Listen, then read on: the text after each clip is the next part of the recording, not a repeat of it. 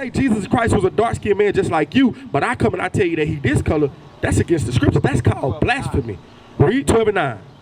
Jeremiah chapter 12, verse 9. My heritage is unto me as a speckled bird. That's why when you look at some of our Northern Kingdom brothers, our so-called Hispanic brothers, a lot of the pigment is very different. Some of them get real light, some of them get real dark. The Lord said his heritage is like a speckled bird, meaning we come in many different shades. We speak many different languages. Because when we look at this, right, so you got right here, we was on the coast of Africa. You had our people sent to South America, North America, Central America. Right. We was shipped throughout all these areas. Right. In 1492, Christopher Columbus came over here to Hispaniola, and that's where he came and got our brothers from. So at one point in time, guess what? We was all together. We understood this, but because of the disobedience of God's laws, we went into captivity. Do you know some of God's laws? Ten Commandments? Yes, sir. Give me one of them. Should not kill. Okay, thou shalt not kill. Now think about this. Have you ever heard of the MS-13? Yeah. Okay, that's a big game amongst the Hispanics, right? Do not they kill each other at an alarming rate? Now, I'm going to show you something. Y'all had the MS-13s, right? We had what you call Crips and Bloods. We do the same thing. We do the same thing. We kill one another. We do this at an alarming rate. Now, you said thou shalt not kill. Get that in Deuteronomy 28. Deuteronomy 28 and 15. So remember I asked you, I said, why did this happen to us? The Lord gave us laws. Can you agree that we kill each other? The blacks kill each other just like the Hispanics kill each other, right? Watch this, read. Deuteronomy 28, verse 15. But it shall come to pass, if thou wilt not hearken unto the voice of the Lord thy God, to observe, to do all his commandments. So he said all of his commandments. You mentioned the 10. Like you see these, for instance, right? The so-called Native Americans, right? When we look here at this side, as well as the Mayans, because they had the head crown and they had the shirts with the fringes on them as well. This is actually a law. He said all the laws. We no longer keep this heritage no more. We don't see our brothers with the fringes. So he said all the commandments, read. To observe, to do all his commandments and his statutes, which I command thee this day, that all these curses shall come upon thee and overtake thee. Do you know that it's a curse to call yourself a Hispanic? That's a curse. Because think about it. Why would I want to consider myself a Spanish when they the same people that rape, rob, and kill my people? Why would I want to support that? Or why would I want to go by a so-called Seminole Indian? Indian means slave. Right. That's what that means. That means a slave. You understand what I'm saying? Why would we want to go by these names? Get that in 65 and 15. The Lord. We don't know what else to call ourselves. Right. But that's what we're trying to show. You're absolutely right, Wilbur. But what we learning today is the Most High God don't call us Hispanics. We won't read Hispanic in the Bible. We won't read African American in the Bible. All we will read is a holy and a special and a chosen people, and those people are the 12 tribes of Israel. That's right. Watch this though, read. Isaiah 65 verse 15. And ye shall leave your name for a curse. We'll leave our what? And ye shall leave your name for a curse. So he said a group of people would lose their name and they would go by a cursed. Read.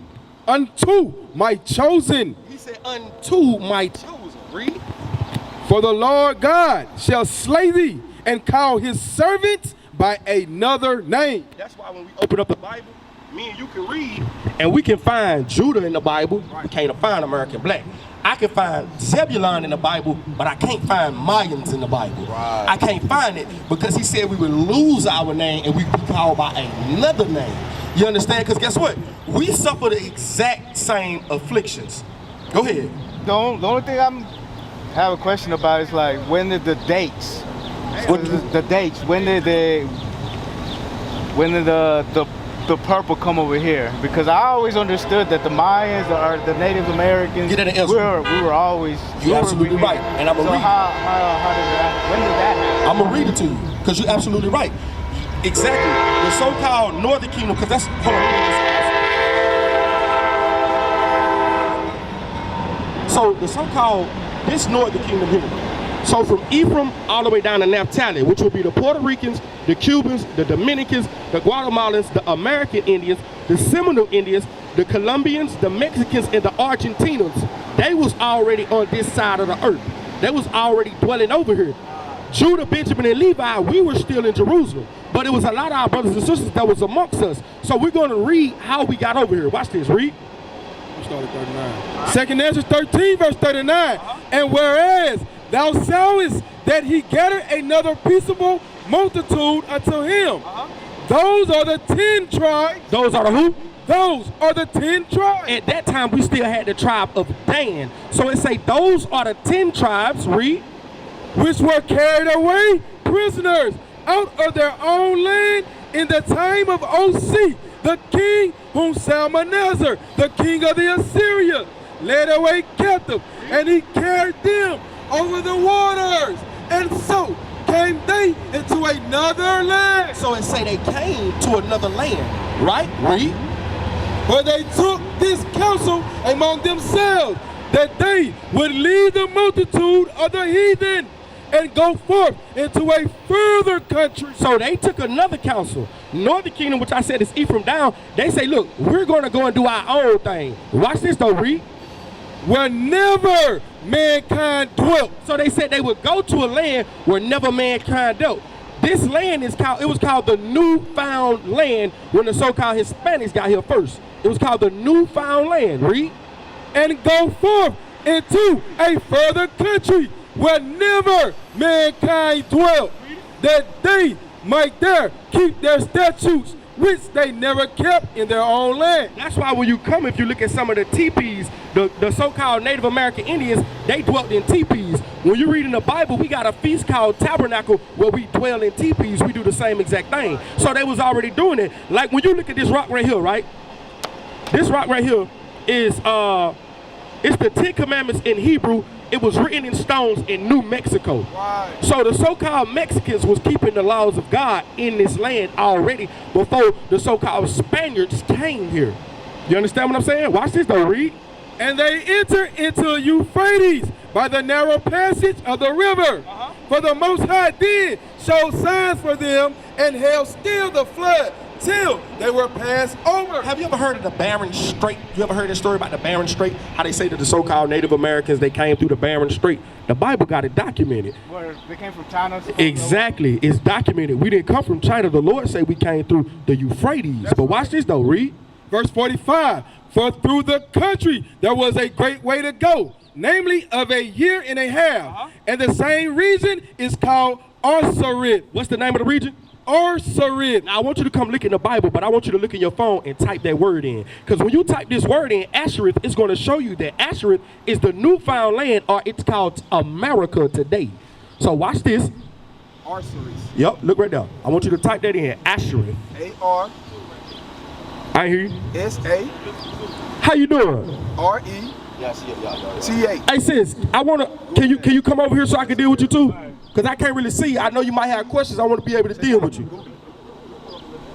I just pull up just a little bit because I ain't see you. I don't want to leave you over there because we out here for all our people. All right? What does it say that mean? It describes as another land lying a year and a half journey beyond the river. We just read it. E-I, if Exploitation is probably your answer in Hebrew. Right. That's what we just read out of the Bible. Now look at what does it mean? Type in what does it mean. It means newfound land. That's what the word actually means. So sis, if I was to ask you, where can we find ourselves in the Bible, what would you say? Find Asherith America. Because I want you to be able to see that. It says other land. It just got different translations. Right. You got that right there, soldier? Let me see. Read it again. Verse 45. For through that country there was a great way to go, namely of a year and a half. And the same region is called Arsarid. So that same region is called Asherith. So the history that we're trying to find, we were already dwelling in this area. We already stayed here. The so-called Seminole Indians, the American Indians, as well as the Puerto Ricans, the Cubans, they was already over here. Right. Because remember, when what's his name? Christopher Columbus came over here, was it empty? Was the land empty when he came? No, it was already people here. It was already people here. Why? Because we had already came over here. We was already dwelling in here. The misconception is, like I say, we're the same people. So when you look at this, you're like, well, when did the purple come and play? All of us didn't come. Because you got to think, just like for instance, the black, we populate heavy. Y'all populate heavy. We have a high reproduction rate. All of us ain't come on the boats. Some of us stayed back. So while we moving, because I'm going to tell you, like I just asked you, when you look at me, you'll say that I'm a so-called African-American. I'm not an African-American. I would be a so-called Seminole Indian. You understand what I'm saying? We have many of our brothers, we look different, and we have many different shades. The misconception is we discontinue from God's laws, therefore we don't know who we are. We go by different names. What you got? Wilmer. Huh? Wilmer. Wilmer. Yeah, that's your name, right? Wilmer, yeah. Wilmer. What does that mean, though? What's your last name? It's German. It means something about fame, determinant of fame. Something I can't remember right. Right. What's your last name, though? Rivera. Rivera. That's a Spanish name, right? Yeah. That would be a Spanish name. Where did we get that name from? Go to Deuteronomy 28:37. What you got?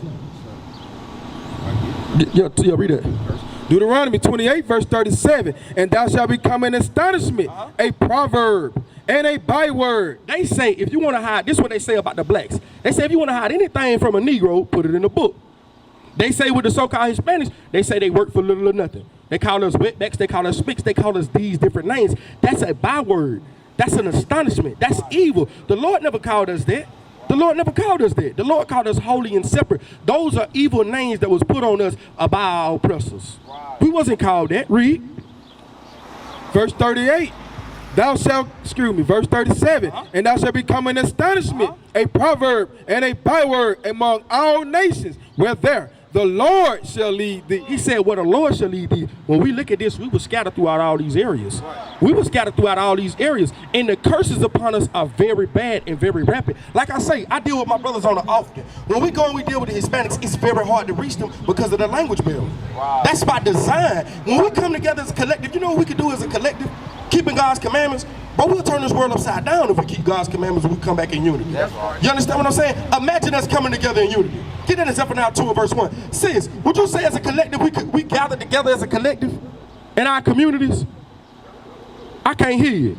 Watch this though, Zephaniah 2 and verse 1. Because at the end of the day, that's the overall objective. We got to know the era that we in so we can come back to God. That's right. Read. The book of Zephaniah, chapter 2, verse 1.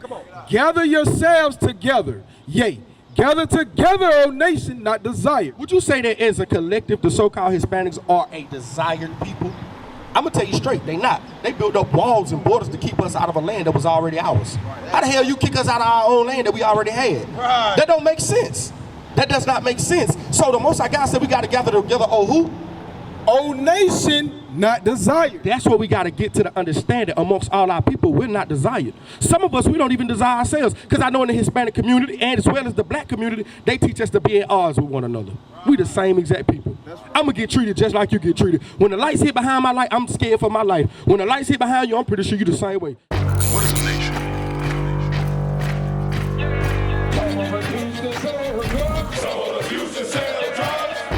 Nation is men leading by example.